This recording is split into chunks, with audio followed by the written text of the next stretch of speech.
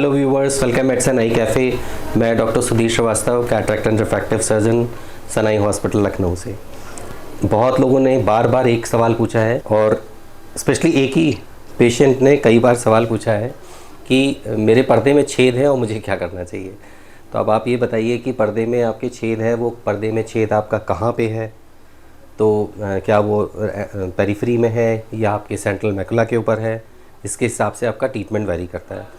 तो मुझे लगा कि सबसे अच्छा है कि मैं विट्रोरेटल सर्जन को ही पकड़ लूँ और इन्हीं से पूछूं कि ये बताइए कि आपके अगर रेटिना में छेद हैं, होल हैं, तो उसमें हमें उसका क्यों होते हैं develop retinal holes, specially periphery में, और साथ में अगर मैकुला के ऊपर होल है। मुझे लगता है कि पेशेंट का पूछने का मतलब भी मैकुलर होल से ही है। तो मैकुलर होल्स भी क्यों डेवलप होते हैं और उसके लिए हमें क्या करना होता है।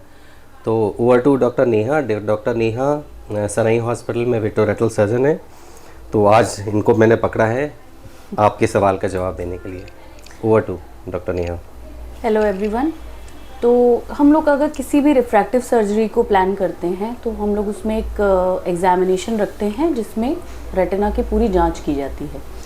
तो रेटिना की जांच को हम 2 पार्ट्स में डिवाइड कर देते हैं, पेरिफेरल पार्ट ऑफ रेटिना और सेंट्रल पार्ट ऑफ रेटिना। अभी पेरिफेरी पार्ट ऑफ रेटिना को देखने के लिए हम लोगों को डायलेट करना होता है उनका प्यूपिल, और डार्क रूम में उसको एग्जामिन करना होता है।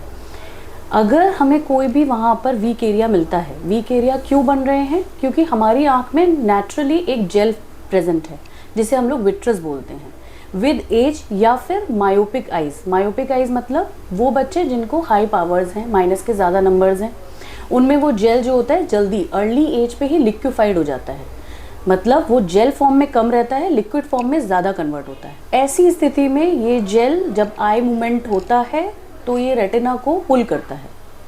रेटिना को पुल करने के साथ साथ कभी कभी ये रेटिना का कुछ पार्ट लेके अलग हो जाता है और वहाँ पे एक ब्रेक बन जाता है। वो ब्रेक किसी भी शेप का हो सकता है, राउंड होल हो सकता है या फिर हॉर्सशू शेप टीयर हो सकता है। अगर ये सिर्फ पेरीफेरी में होल है तो इसमें कोई सिम्टम नहीं आता है, पेशेंट को कोई विजन में प्रॉब्लम नहीं आएगा।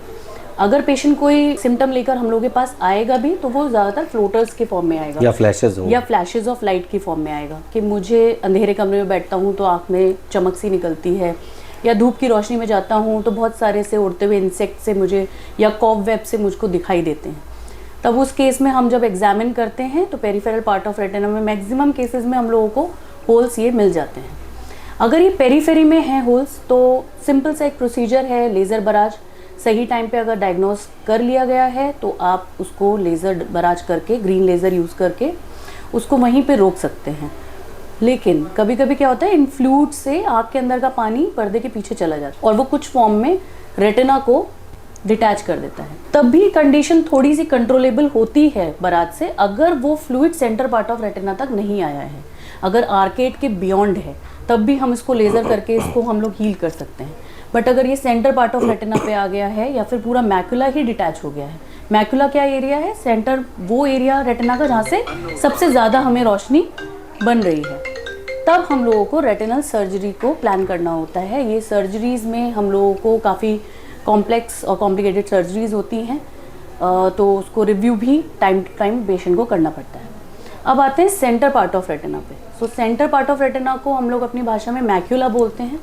यहाँ पर जो होल्स बनते हैं इसमें सडन विजन लॉस का कंप्लेन पेशेंट लेकर आता है कि मुझे अचानक से दिखना बंद हो गया है या मुझे एक सेंटर में काला धब्बा किसी के चेहरे पे दिखाई देता है। तब उस स्थिति में हमें स्टेजिंग करनी होती है, मतलब किस स्टेज पे वो मैकुलर होल है। वो मैकुलर होल स्टेज देखने के लिए एक सिंपल सी इन्वेस्टिगेशन है, OCT, उसे हम लोग करते हैं।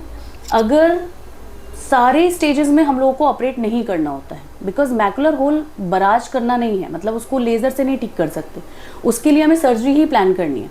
अगर वो स्टेज 1 और 2 पे है तो जस्ट ऑब्जर्वेशन पे ही रखेंगे पेशेंट को, कुछ नहीं करेंगे क्योंकि वो इतना विजन लॉस भी नहीं करते हैं।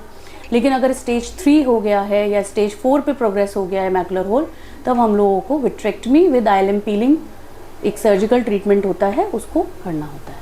जैसे डॉक्टर नेहा ने बताया कि अगर हमारे पेरिफेरी में रेटिनल होल्स हैं तो स्पेशली वो हाई मायोपिक्स हैं, क्योंकि हाई मायोपिक्स में विट्रस भी डीजेनरेटेड होता है। और जब पेशेंट्स नॉर्मल रूटीन प्रोसीजर्स के लिए आते हैं, रिफ्रैक्टिव सर्जरीज़ के लिए हमारे पास आते हैं, सॉल्यूशंस, रिफ्रैक्टिव सॉल्यूशंस के लिए आते हैं, तो हमारी रिस्पॉन्सिबिलिटी होती है कि पेरिफेरल रेटिना को चेक करें और कहीं पे भी अगर डीजनरेशंस हैं और वहाँ पे लैटिस के साथ में होल्स हों तो उनको हम लोग जैसा डॉक्टर नेहा ने बताया कि हम ग्रीन लेज़र से उसको सील कर देते हैं।